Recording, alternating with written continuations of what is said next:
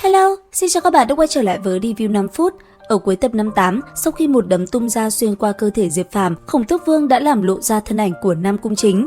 Lúc này, nhìn người kia xuất hiện, Cơ Tử Nguyệt mừng rỡ, rốt cuộc người mà nàng chờ đợi cũng đã tới. Còn Nam Cung Chính vừa tới, hắn ta đã nhìn Khổng Tước Vương nói: "Khổng Tước Vương, người đã là một tồn tại siêu nhiên rồi, buông tay đi, chúng ta liên thủ tiến vào trong Thanh Đồng Tiên Điện. Ta chưa có chán sống, ngươi đi đi. Chẳng lẽ ngươi không muốn có một cơ hội thành tiên hay sao? Nó chỉ làm nấm mồ chôn mà thôi." Nói đến đây, hai người liền cãi nhau dữ dội. Cuối cùng, nhìn Nam Cung Chính, Khổng Tước Vương chỉ thẳng tay về phía đối diện quát: "Nam Cung Chính, ngươi nói nhiều như vậy, ngươi nghĩ ngươi nói những câu đó có thể ngăn cản được ta hay sao? Người đứng đầu Cơ gia từng nói với ta, nếu có thể cứu được một trong hai huynh đệ bọn họ, vậy thì có thể để ta nhận làm đệ tử, kế thừa Bát Y. Nam Cung Chính, muốn ngăn cản ta thì hãy dùng thực lực để nói chuyện đi." Dứt lời, trên tay Khổng Tước Vương, một quả cầu xuất hiện, dị tượng tựa như ánh trăng cùng bầu trời đầy sao cũng ngay lập tức bao phủ khắp đất trời. Đối diện với trời sao kia, Nam Cung Chính cũng động thân, từ nơi hắn ta đứng, những chiếc dây leo đã lập tức xuất hiện, phóng về phía trước. Thế vậy, Khổng Tước Vương cũng liền phóng ra một viên cự thạch phóng tới. Trong khoảnh khắc va chạm, những chiếc dây leo liền cuốn lấy viên cự thạch khổng lồ. Phía dưới, nhìn hai vị đại năng giao chiến, Diệp Phàm cùng Cơ Tử Nguyệt kinh ngạc vô cùng. Thế nhưng, bọn họ cũng ngay lập tức phóng người chạy đi. Còn hai người kia, sau khoảnh khắc va chạm, phù văn trên cự thạch cùng dây leo đã liền phát sáng, một vụ nổ kinh người cũng liền bạo phát, đẩy bay hai người lùi lại. Thế vậy, Khổng Tước Vương liền lao người về phía Nam Cung Chính cùng đối thủ giao chiến.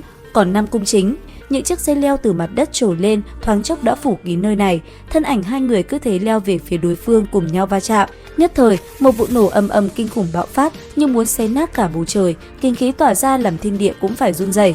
Ở khoảng cách rất xa, Diệp Phàm và Cơ Tử Nguyệt đang chạy đi, cảm giác được dao động lướt qua người cũng không khỏi kinh hãi. Thế nhưng, đang trong lúc hai người dừng lại và quay đầu nhìn về trận chiến, thì bất chợt phía sau lại xuất hiện đám người bịt mặt khi trước lao tới. Thế vậy, Cơ Tử Nguyệt lẩm bẩm nói: "Phượng Quan Thiểm Điện Điểu còn không lấy được mạng các ngươi, đúng là dai như đỉa. Không cần phải chạy trốn nữa, hôm nay các ngươi không chạy thoát được đâu." Dứt lời, đám người kia liền đuổi theo Diệp Phàm và Cơ Tử Nguyệt. Thế vậy, hai người cũng mau chóng chạy trốn vào sâu trong rừng. Đến một cái vực sâu, Cơ Tử Nguyệt ngưng tụ hư không thuật để chạy trốn thì không được nữa. Lúc này, Cơ Tử Nguyệt mặt buồn bã, nàng liền hướng về Diệp Phàm nói: "Mau vận chuyển thần lực lên người ta, trên người ta có bí bảo, có thể phá vây ra ngoài." Diệp Phàm không nói gì, trực tiếp vận chuyển thần lực sang. Nhất thời, người Cơ Tử Nguyệt sáng lên, quang hoa kỳ dị tỏa ra ngăn cản tòa tháp 5 tầng. Thế nhưng, đám người kia rất nhanh đã lại một lần nữa lao tới.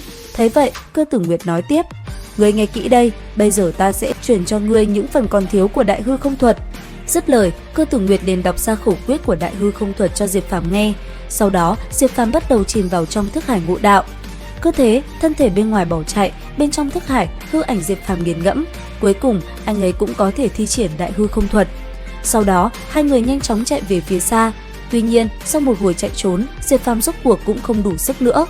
Bởi vậy, anh ấy không thể thi triển được Đại Hư Không Thuật được nữa. Ngay sau đó, anh ấy cùng Cơ Tử Nguyệt liền bị đám người kia đánh bay xuống vực sâu, thân thể hai người rơi xuống đập mạnh vào vách đá. Cuối cùng, bị đám người kia trói lại và dùng kình khí hắc ám thu lấy sinh khí. Thế nhưng, đúng vào lúc đó, khổ hải của Diệp Phàm khẽ động, hai mắt đột nhiên mang theo lôi điện mở ra phá tan xung quanh. Ngay lập tức, anh ấy liền lao tới lấy mạng tinh kia, nhìn cái xác nằm dưới mặt đất, Diệp Phàm cũng liền lột mặt nạ của hắn ta ra. Tuy nhiên, vừa khi Diệp Phàm lột mặt nạ ra thì đồng đội của tinh kia đã đuổi tới. Thế vậy, Diệp Phàm liền cõng Cơ Tử Nguyệt chạy trốn. Vừa chạy, Diệp Phàm vừa cùng đám người kia giao chiến, tình thế hiện tại chỉ có thể nói là hết sức nguy hiểm với hai người. Đến một cái khe vực, sau một hồi lưỡng lự, Diệp Phàm cũng liền nhảy xuống. Những tưởng anh ấy định tự sát thì từ trong đám mây mù, thân thể Diệp Phàm cưỡi trên lưng hạc phía sau là Cơ Tử Nguyệt đã liền vọt đi và nhanh chóng bay về phía xa trước sự ngỡ ngàng của đám người bịt mặt.